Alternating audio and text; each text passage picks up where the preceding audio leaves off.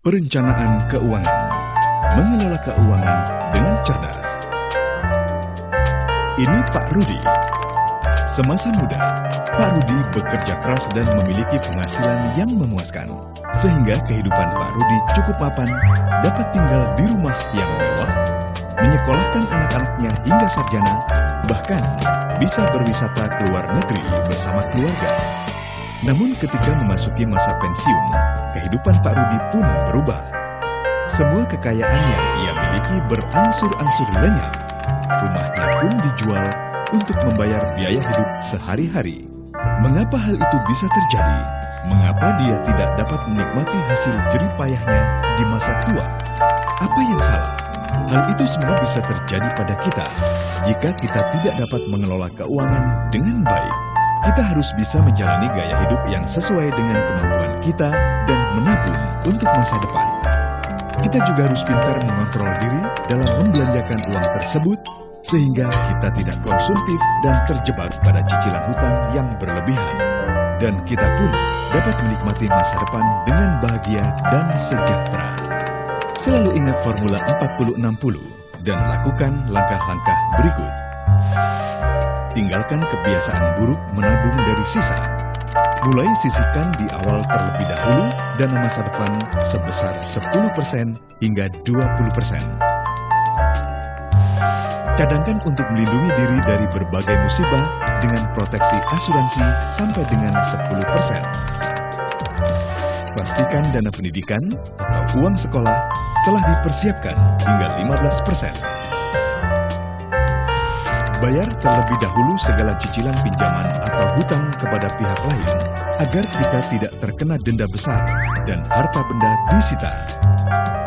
Membayar segala kebutuhan rumah tangga maksimal sebesar 60%. Selebihnya, silakan digunakan untuk rekreasi dan hiburan bersama keluarga.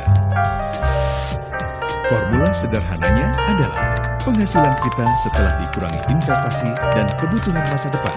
Sisanya itulah yang bisa kita gunakan konsumsi.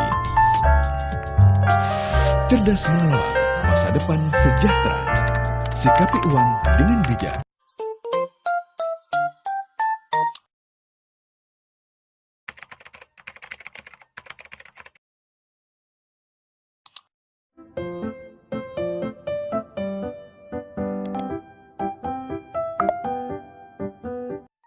Assalamualaikum warahmatullahi wabarakatuh. Kami dari kelompok 1 regular 1 klaster 2 ingin menjelaskan tentang konsep literasi dan pentingnya literasi keuangan. Konsep literasi keuangan dapat dipahami sebagai pengetahuan, keterampilan, dan keyakinan yang mempengaruhi sikap dan perilaku untuk meningkatkan kualitas pengambilan keputusan dan pengelolaan keuangan dalam upaya mencapai kesejahteraan. Pengertian literasi keuangan adalah kemampuan untuk memahami dan menerapkan secara efektif berbagai keterampilan keuangan, termasuk manajemen keuangan pribadi, penganggaran, dan investasi agar dapat membuat keputusan yang efektif dalam konteks finansial, baik individu maupun sosial, dan dapat berpartisipasi dalam lingkungan masyarakat. Literasi keuangan secara sederhana dapat diartikan sebagai pengetahuan atau kemampuan dalam mengelola keuangan pribadi.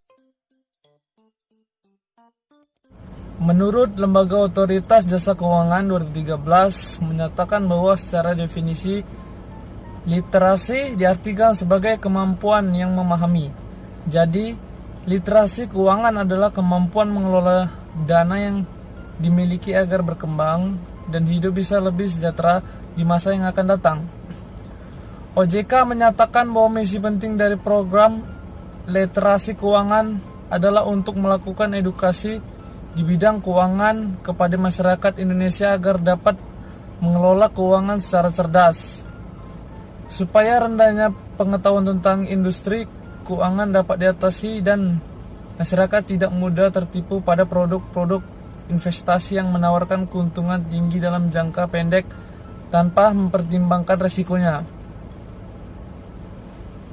Untuk memastikan pemahaman masyarakat tentang produk dan layanan yang ditawarkan oleh lembaga jasa keuangan, program strategi nasional literasi keuangan mencanangkan 3 pilar utama. Pertama, mengedepankan program edukasi dan kampanye nasional, literasi keuangan. Kedua, berbentuk pengetahuan infrastruktur literasi keuangan. Ketiga, berbicara tentang pengembangan produk dan layanan jasa keuangan yang terjangkau. Penerapan ketiga pilar tersebut diharapkan dapat diwujudkan masyarakat Indonesia yang memiliki tingkat literasi keuangan yang tinggi sehingga masyarakat dapat memilih dan memanfaatkan produk jasa keuangan yang meningkatkan kesejahteraan.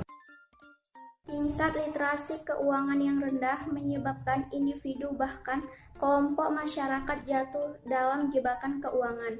Contoh konkretnya, banyak orang yang terjebak dalam jeratan uang secara berkelanjutan, sehingga gali lubang tutup lubang untuk bisa mencukupi kebutuhannya.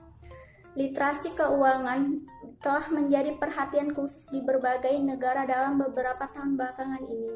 Hal ini dikarenakan setiap negara berkeinginan untuk membentuk cara berpikir penduduknya agar memiliki pola pikir keuangan yang baik dan berkualitas dalam mengelola keuangan.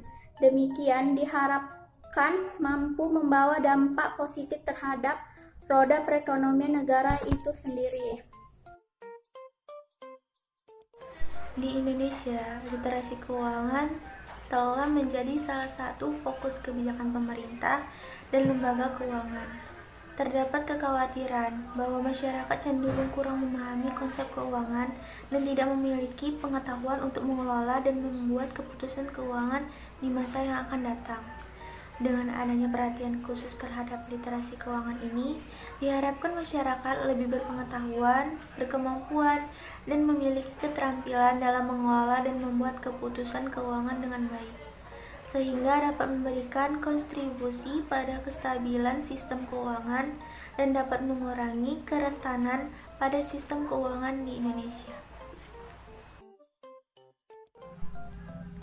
Menurut Otoritas Jasa Keuangan 2014, tingkatan literasi keuangan seseorang dibedakan menjadi 4 jenis tingkat, yaitu 1.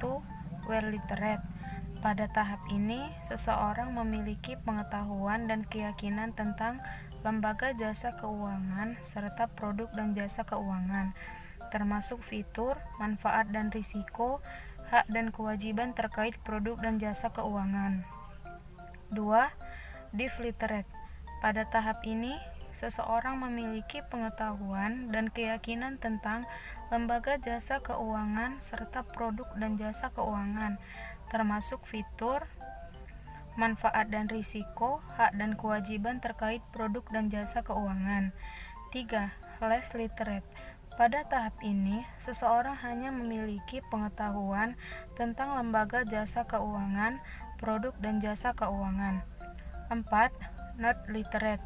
Pada tahap ini, seseorang tidak memiliki pengetahuan dan keyakinan tentang lembaga jasa keuangan serta produk dan jasa keuangan, serta tidak memiliki keterampilan dalam menggunakan produk dan jasa keuangan. Aspek-aspek literasi keuangan menurut Shen dan Volpe.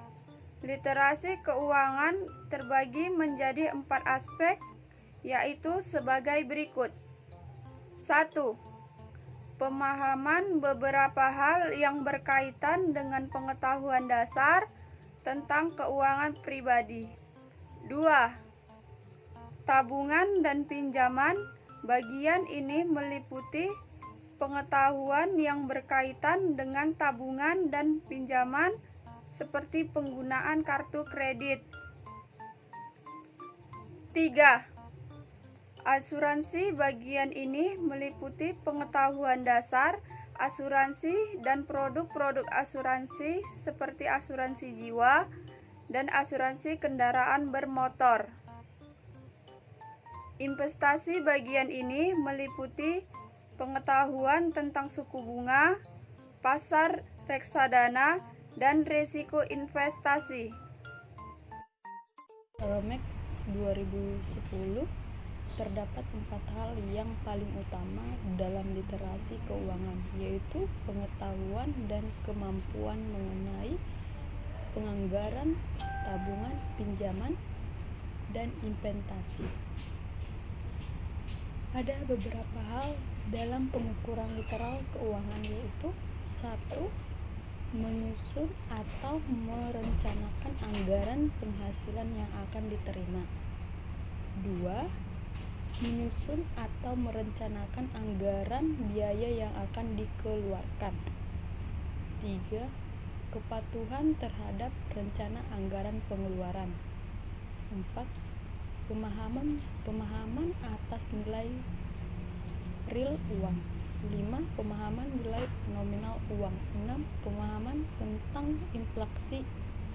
Terima kasih buat cara untuk mengetahui seberapa besar tingkat literasi keuangan dan dapat diukur dengan pengetahuan sebagai berikut, yang dimana 1.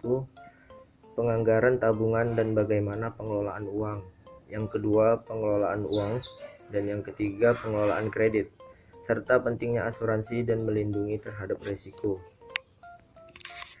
Yang kelima ada dasar-dasar investasi, yang keenam perencanaan pensiun, dan berikutnya adalah pemanfaatan dari belanja dan membandingkan produk, di mana harus pergi mencari sarana dan informasi bimbingan dan dukungan tabungan, bagaimana mengenali potensi konflik atas, bagaimana kegunaan prioritas. Assalamualaikum warahmatullahi wabarakatuh. Melihat definisi literasi keuangan, jelas bahwa setiap orang memang harus memiliki literasi keuangan demi mampu mengontrol masuknya dan keluarnya uang yang dimiliki agar dapat menopang hidup seumur hidupnya. Nah, ambil contoh begini, kalau kita mempunyai pekerjaan dengan gaji 500.000 setiap minggunya, maka dalam waktu 1 minggu tersebut kita harus mampu hidup dengan uang sebanyak itu. Dan yang lebih optimal lagi, di saat kita mengeluarkan uang, kita harus mampu menyisihkan untuk tabungan kita. Hal ini dimaksudkan agar kita memiliki bekal bila kita tidak lagi bekerja di tempat tersebut. Setidaknya kita masih mampu bertahan hidup sampai menemukan kembali pekerjaan yang baru. Sekian dari saya. Pentingnya literasi. Secara prinsip, literasi keuangan penting untuk meningkatkan kesadaran masyarakat dalam mempersiapkan finansial di masa yang akan datang. Tingkat literasi yang tinggi dapat memberikan pemahaman bahwa menabung untuk persiapan finansial di masa akan datang lebih penting dan aman dibandingkan dengan memperbanyak utang untuk memenuhi kebutuhan dan sifat konsumsi. Oleh sebab itu, orang dan tingkat tinggi cenderung akan menghindari utang berlebihan. Kami menyimpulkan bahwa literasi keuangan merupakan cara membantu dalam memberikan pemahaman tentang mengelola keuangan dan peluang untuk mencapai kehidupan yang lebih sejahtera di masa yang akan datang. Dengan kata lain, literasi keuangan dapat digunakan sebagai salah satu alat bantu yang perlu ditingkatkan seseorang atau individu apabila mau memiliki passive income yang melebihi active income. Pendidikan literasi keuangan sudah menjadi sebuah kebutuhan bagi sebuah negara.